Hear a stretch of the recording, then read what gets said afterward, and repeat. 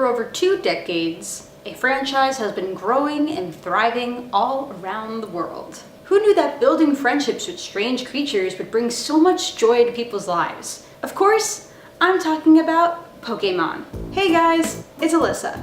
I was raised with Pokémon in my life. I started when I was 5 years old playing the games, and I haven't stopped since then. Wait a minute, I did take a break during Generation 5, but that's besides the point. I kept up with the anime and all the news about it, so anyway. I love Pokemon and I love bringing people into things that I love because it's just something that I like to do. I also know that people who are Pokemon fans are dedicated to the franchise, dedicated to everything about it. So jumping into this world is kind of a lot. So I decided I wanted to make a video series teaching the basics of Pokemon to all you young trainers out there. Or maybe older trainers who were once a Pokemon fan, played Pokemon as a kid, and then kind of want to get into it again after playing Pokemon Go and Pokemon Let's Go, and with the new games coming out later this year, you might want to refresh on what's been going on since then. Now, I'm no Pokemon expert. I'm not a professor. I am my own person. I am a fan. I know what I know, and I have opinions and thoughts and feelings about specific things. And there are PokeTubers, is what they're called on the YouTube, that are really dedicated. They know theories and they know strategy, but I'm just telling you what I know. This is just my basics. So why don't we take a dive into the Pokemon world with Pokemon 101. This is the first lesson, which is for beginners. It's just a setup. It's a setup. So let's get started. The first question, or first topic, is what is Pokemon? And also I might be saying Pokemon, Pokemon. I might be saying it wrong, so don't come for me. I'm gonna just say it the way that I have always been saying it. Pokemon started out as a video game series back in 1996 by Satoshi Tajiri. As a child, Tajiri loved to collect insects, so the whole capturing creatures was sort of a fondness for him, so he wanted to build on that for a video game. The first set of games were released in Japan on Game Boy as Pokemon Red version and Pokemon Green version, and then later on in North America as Pokemon Red and Pokemon Blue version. So blue was changed after green.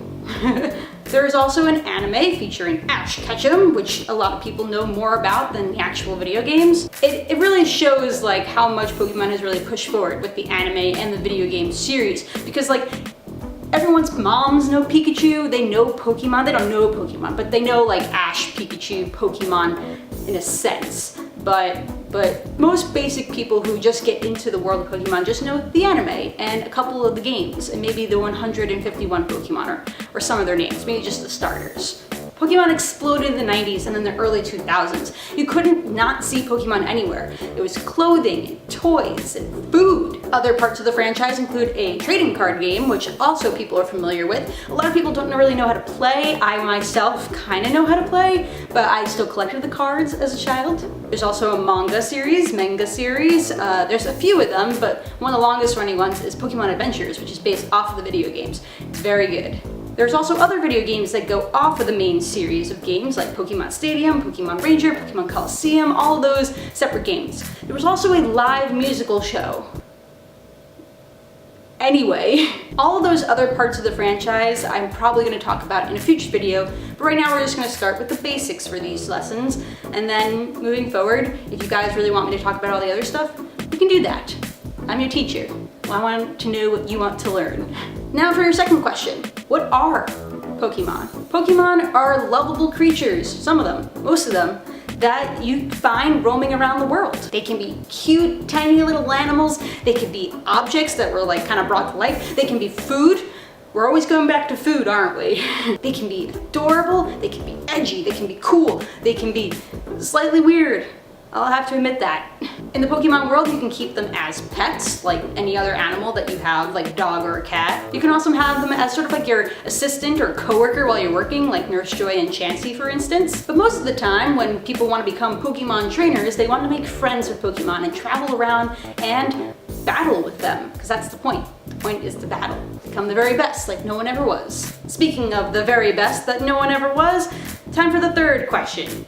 What is the main goal of Pokemon? What is your mission? Well, the first mission, or your first goal, is to become the very best. And the only way to do that is if you go around your region, fight all the gym battles, get all the gym badges, and then go off to Elite Four, beat the Elite Four, which are like 4 really powerful trainers, and then become champion. Yeah. A second goal is sort of an option, but it's sort of like another thing to do to complete the entire game and to feel like you 100% it, is completing the Pokedex. Every trainer gets a Pokedex, which is an encyclopedia of every Pokemon that's ever existed. There are kind of 2 different types of Pokedex that you get in the game. One is for whatever region that you're in, getting all of those Pokemon, and the other is usually after you beat the game and you get the National Pokedex, which is every single Pokemon that has ever existed. And for all you returning trainers out there are more than 151 Pokemon out there. There are over 812, and that's not even counting whatever's coming out in Sword and Shield later this year. And I don't even know how many will be added then. But with enough experience and motivation and time, you will eventually get the full Pokedex. And the only things that don't count in the full Pokedex are Pokemon that you get during events. Like Mew only comes out every once in a while, so don't worry about those. It's all about the ones that you can get in-game. There are different types of Pokemon. There are over 18 types of Pokemon. Yeah, that's a lot to remember, but for some reason I do, and you will too. It gets easier. So this was a basic lesson for all of you new and older trainers that are coming back. We learned what is Pokemon, what are Pokemon, and what is the main goal of Pokemon. I'm also going to put a poll in the iCard that's going to probably pop up asking you which one of these topics that I have listed that you would like me to make the next video about, and whichever one gets the highest amount of votes, I will do that for you. You're awesome, I'm awesome, and if you want, you can subscribe to find out when these videos will come out and when other videos by me will come out in the future. And if you want, you can hit that notification bell so you know immediately, because they are very rare. But I'm going to try to make these as frequent as I can, as much as I can for you, because I'm really excited. Also, like this video if you love this concept. I kind of like the feedback. And comment below, what is your favorite Kanto starter? Is it Squirtle, Charmander, or Bulbasaur? And if it's Pikachu, you can put that down too. My favorite is Squirtle. I love my Squirtle boy. And I'll see you guys around. Bye-bye.